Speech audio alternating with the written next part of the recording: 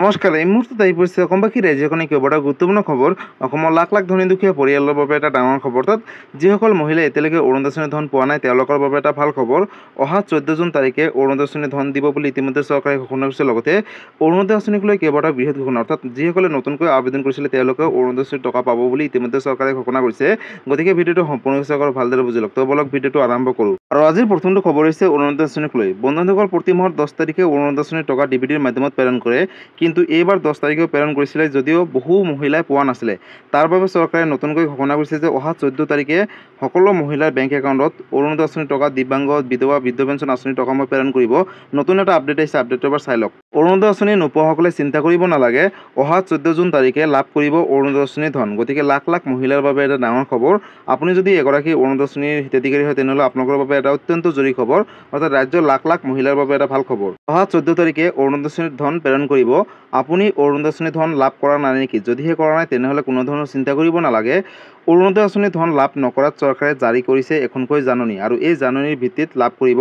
14 তাৰিখে ৰাজ্যৰ লাখ লাখ মহিলাই লাভ কৰিব অৰুণোদয় আঁচনিৰ ধন বুলি ঘোষণা কৰিছে চৰকাৰে। লগতে 14 জুনৰ ৰাতিপুৱা 10 বজাৰ লগে লগে পৰীক্ষা কৰক আপোনালোকৰ বেংক একাউণ্ট। অৰুণোদয় আঁচনিৰ ধন, বৃদ্ধ পেঞ্চন, দিব্যাংগ পেঞ্চন, বিধৱা পেঞ্চন আঁচনিৰ ধন সোমালে নে আপোনালোকৰ বেংক একাউণ্টত? যদিহে সোমোৱা নাই তেনেহ'লে কোনো ধৰণৰ চিন্তা কৰিব নালাগে। লগতে নতুনকৈ অৰুণোদয় আঁচনি লাভ কৰা হিতাধিকাৰীসকলৰ একাউণ্টতো জমা হ'ব ধন। প্ৰতিগৰাকী হিতাধিকাৰীসকলৰ একাউণ্টত ধন জমা হোৱাটো নিশ্চিত কৰিছে এতিয়াৰ পৰা চৰকাৰে। লগতে ডিবিটি যোগে এই ধনসমূহ প্ৰেৰণ কৰিব হিতাধিকাৰীসকলৰ বেংক একাউণ্টত পোনপটীয়াকৈ। প্ৰতিগৰাকী হিতাধিকাৰীসকলৰ একাউণ্টত ধন জমা হোৱাটো নিশ্চিত কৰিছে এতিয়াৰ পৰা চৰকাৰে। লাখ লাখ মহিলাৰ বাবে এটা ডাঙৰ খবৰ। অহা 14 তাৰিখে লাভ কৰিব অৰুণোদয় আঁচনিৰ ধন। লগতে অৰুণোদয় আঁচনি হিতাধিকাৰীৰ পৰা বৃদ্ধ পেঞ্চন আঁচনিৰ হিতাধিকাৰীসকলৰ বাবে কেইবাটাও বৃহৎ ঘোষণা কৰিছে চৰকাৰে। 10 বজাৰ লগে লগে লাখ লাখ মহিলাৰ বেংক একাউণ্টত সোমাব টকা। লগতে প্ৰতিগৰাকী হিতাধিকাৰীসকলৰ একাউণ্টত জমা হ'ব চৰকাৰী ধন। গতিকে লাখ লাখ মহিলাৰ বাবে এটা অত্যন্ত জৰুৰী খবৰ। অৰুণোদয় আঁচনি লাখ লাখ মহিলাৰ বেংক একাউণ্টত জমা কৰিব চৰকাৰে 1250 টকাকৈ ডিবিটিৰ মাধ্যমত। বৃদ্ধ পেঞ্চন আঁচনিৰ ধন লাভ কৰা হিতাধিকাৰীসকলৰ একাউণ্টতো সোমাব ধন। লগতে বিধৱা পেঞ্চন লাভ কৰা আঁচনিৰ হিতাধিকাৰীসকলৰ একাউণ্টতো জমা হ'ব এই বিশেষ ধন, অৰ্থাৎ দিব্যাংগ পেঞ্চন ধন লাভ কৰা হিতাধিকাৰীসকলেও একেদিনাখনে লাভ কৰিব চৰকাৰী ধন। গতিকে বন্ধুসকল, সকলোৱে কমেণ্ট কৰি আছিলে যে অৰুণোদয় আঁচনিৰ টকাসমূহ কিয় দিয়া নাই, বা বৃদ্ধ পেঞ্চন, বিধৱা পেঞ্চন, দিব্যাংগ পেঞ্চন আঁচনিৰ টকাসমূহ 10 তাৰিখে কিহৰ বাবে দিয়া নাছিলে, বা দিছিল যদিও আমি হয়তো পোৱা নাছিলোঁ। গতিকে বন্ধুসকল, আপোনালোকে এতিয়া কোনো ধৰণৰ চিন্তা কৰিব নালাগে। অহা 14 তাৰিখে লাখ লাখ মহিলাৰ বা লাখ লাখ হিতাধিকাৰীসকলৰ একাউণ্টত চৰকাৰে আকৌ প্ৰেৰণ কৰিব এই টকা। যিসকলে বঞ্চিত হৈছিলে তেওঁলোকে লাভ কৰিব। লগতে যিসকলে নতুনকৈ অৰুণোদয় আঁচনিত অন্তৰ্ভুক্ত হৈছে, অৰ্থাৎ অৰুণোদয় আঁচনি 3.0 আবেদন কৰিছিলে, তেওঁলোকেও কিন্তু এই টকাটো পাব বুলি ইতিমধ্যেও চৰকাৰে ঘোষণা কৰিছে। গতিকে লাখ লাখ মহিলাৰ বাবে এটা ডাঙৰ খবৰ। লগতে এই ভিডিঅ'টো আপোনালোকৰ সকলো হিতাধিকাৰীসকলৰ মাজলৈ শ্বেয়াৰ কৰি দিব, কাৰণ এই ভিডিঅ'টো চাই যাতে সকলোৱে জানিব পাৰে যে 14 তাৰিখে ৰাতিপুৱা 10 বজাৰ লগে লগে অৰুণোদয় আঁচনিৰ টকাৰ সৈতে লাভ কৰিব সকলোৱে বেংক একাউণ্টত। লগতে দিব্যাংগ পেঞ্চন, বিধৱা পেঞ্চন, বৃদ্ধ পেঞ্চন আৰু পেঞ্চনৰ আঁচনিৰ ধনসমূহো লাভ কৰিব। গতিকে লাখ লাখ মহিলাৰ বাবে এটা ডাঙৰ খবৰ।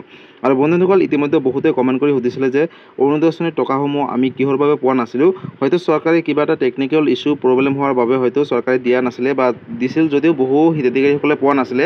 গতিকে চৰকাৰে নতুনকৈ খবৰটো পোৱাৰ পিছত যে বহু হিতাধিকাৰীসকলে পোৱা নাই, পুনৰ 14 তাৰিখে আকৌ গৈ আছে অৰুণোদয় আঁচনিৰ টকাৰ সৈতে কেইবাটাও আঁচনিৰ ধন। গতিকে আপোনালোকে কোনো ধৰণৰ চিন্তা কৰিব নালাগে।